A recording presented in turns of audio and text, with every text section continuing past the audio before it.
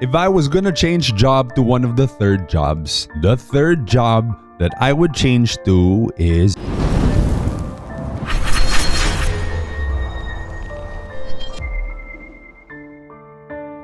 Hello everyone, my name is Chin Valdez, and today I want to give you an update on our current Sacrifice Paladin build, as well as a few thoughts and some of our plans going into the upcoming third job patch. Nice. So starting off with stats, we're currently on our PVE build. We're at level 103 and we're at 380,000 max HP. So on our PVE build, we have 2,700 PVE damage bonus. And for stats, I actually put everything into vitality, agility, and into strength instead of luck. Why is that? It's because we're already hitting enough crit to be able to effectively crit against all the monsters that I've been fighting so far in PvE. So just for that small bump in damage, we're putting it into strength right now to increase our normal attack damage. But as usual, we still have our PvP and shield boomerang presets as well. So for equipment, there actually have been a few changes since our last video. So we're now using the heart card for our mouthwear, the horn bunny for our backwear. Previously, we were pretty successful in getting the floral elf, so we're using that for our main costume. And still the white lily for our headwear. I was also able to finally get our first illusion card, so I opted for the Osiris card. So this has helped me very much both in PvP and PvE. But otherwise for cards, we're still pretty much running the same cards. For enchants, we started to focus a little bit more on PvE now, because we already have a pretty decent set or presets for PvP. So we're running PvE technique on our mouthwear and facewear, as well as our main costume. So PvE technique gives us PvE damage bonus and PvE damage reduction.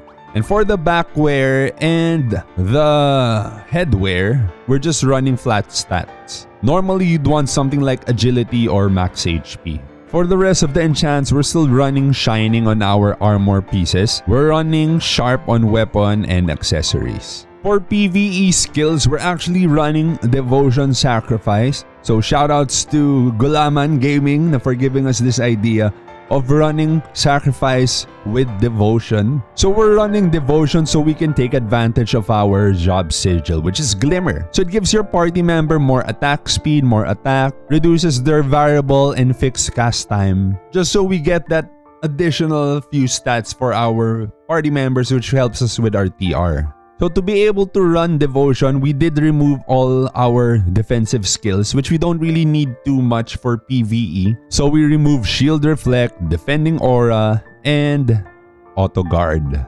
For Cogwheels, these are what I'm currently using. I'm using Big Bully, Holy Light Shield, Mana Length Reversal, Physique Boost, Momentum Management Module, and Martyr's Reckoning Protocol.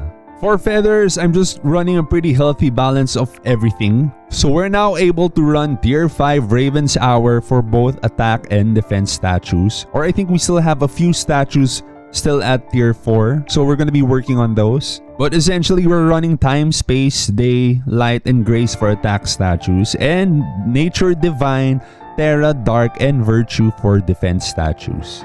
Now for Valkyrie statues, we pretty much have the first few statues maxed out already, from Duel to Valkyrie Weapon.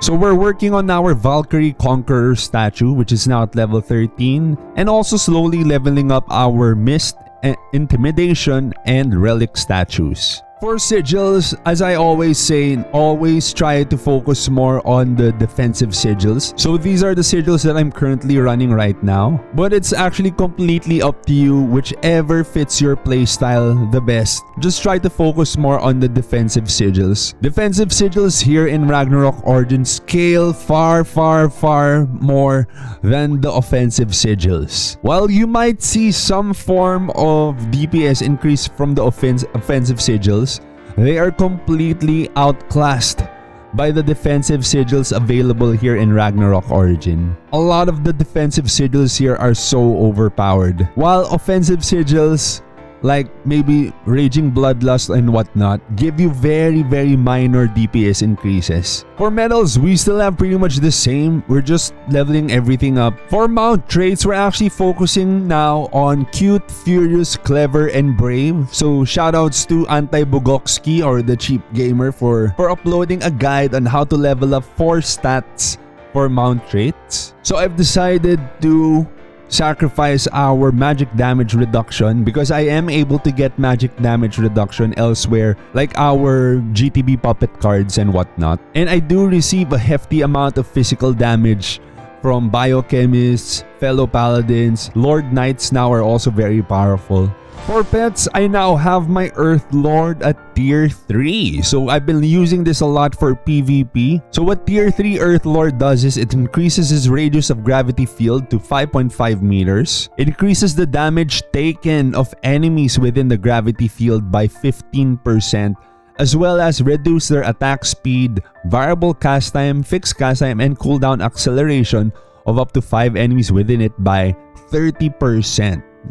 And so this is now one of my favorite PvP pets. So that's pretty much it, I guess, when it comes to our level 103 paladin so far.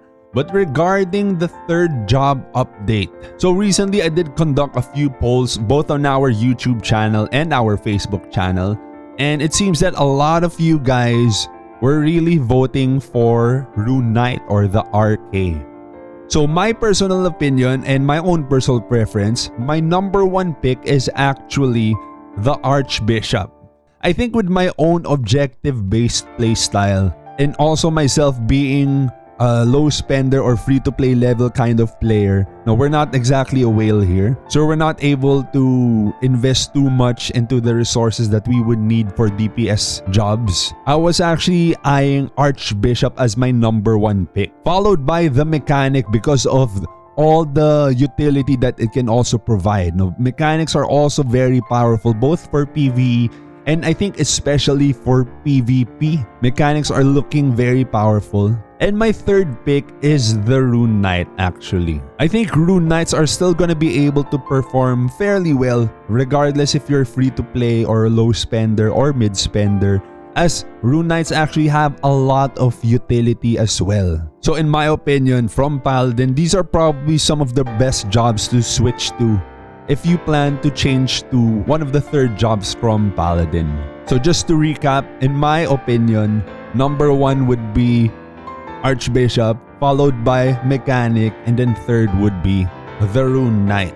But because we are getting a lot of feedback that you guys really want Rune Knight, you guys really want RK, you guys yourselves are changing to Rune Knight, and some of you guys were also asking me to change to Rune Knight so I can make videos for you guys. I've decided that maybe moving forward, I'm gonna be changing into Rune Knight as well. So I'll be joining you guys in this Ragnarok origin journey, going into the third job update. We're gonna be doing Rune Knight, so stay tuned. No, we're gonna be uploading our own Rune Knight videos as well. I'll try to provide guides. I'll try to provide updates on how we're building our own Rune Knight when it comes. For those staying as Paladin, I think Paladins will still have their place in the PvP scene, but for PvE it might be a little bit more difficult to compete, especially in TR. But for PvP and even for other 2-2 jobs such as Biochemists, Sage,